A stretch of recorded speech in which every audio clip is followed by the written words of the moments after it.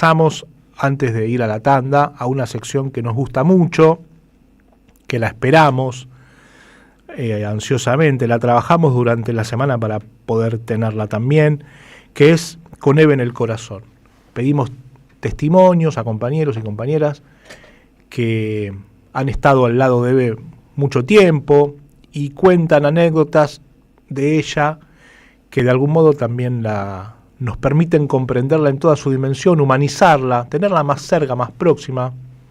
Eve, si no, parece, y con el paso del tiempo esto seguramente podría crecer aún más, se nos presenta en el bronce, muy arriba, muy alta, muy inalcanzable, y para nada es así. Eve era muy, muy próxima, muy cercana, muy nuestra, seguramente la mejor de todos nosotros y nosotras, pero también posible y producto de sus circunstancias. En este caso, le hemos pedido un testimonio a Lucía García Itzigson, ella es de La Plata, estuvo muchos años coordinando el área de prensa en Madres de Plaza de Mayo, y acompañó a Eve en un viaje muy importante de las Madres de Plaza de Mayo a Cuba. Y esto es lo que nos cuenta entonces Lucía. Bueno, soy Lucía García Itzigson y voy a compartir algunas de mis historias con Eve para la Plaza de la Palabra. Tengo muchas, porque la conocí a mis 18 años y bueno, y transité mucho tiempo cerca de ella. Y además porque mis viejos, Matilde Itzigson y Gustavo García Capanini, estudiaban con Jorge Bonafini, su hijo mayor, física, y bueno, entonces había un vínculo previo a que yo naciera, ¿no? Ahí entre ellos. Y cuando en el año 95 armamos hijos, Eve, en el año 96 invitan a las madres a Cuba y las madres deciden que yo las podía acompañar, ¿no? Ese 24 de marzo después, también nos invitan a hablar en la plaza. Y entonces,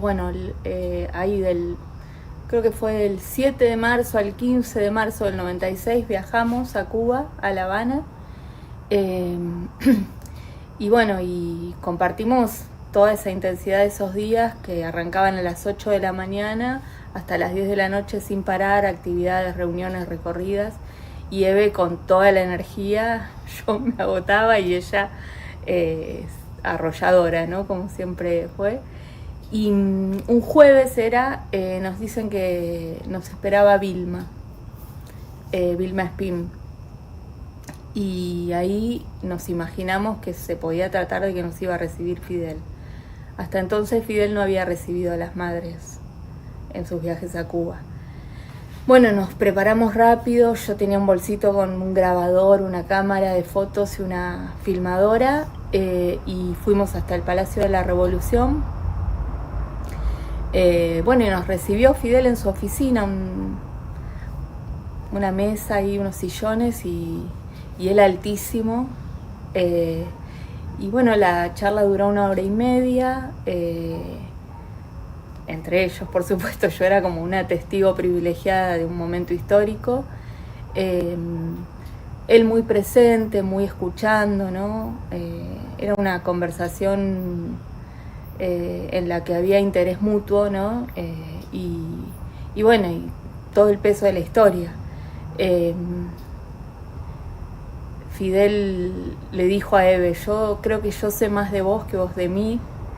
Y se demostró que conocía muchísimo la política argentina y además dijo cosas sobre la dictadura que yo no había escuchado hasta ese momento y que por supuesto viniendo de él tienen un valor enorme por su recorrido, como que de todos los genocidios, lo que pasó en Argentina con los hijos y las hijas de los desaparecidos, las apropiaciones, era algo único, que no había pasado en otros países del mundo, ¿no? Y que tenía como un grado de perversión particular.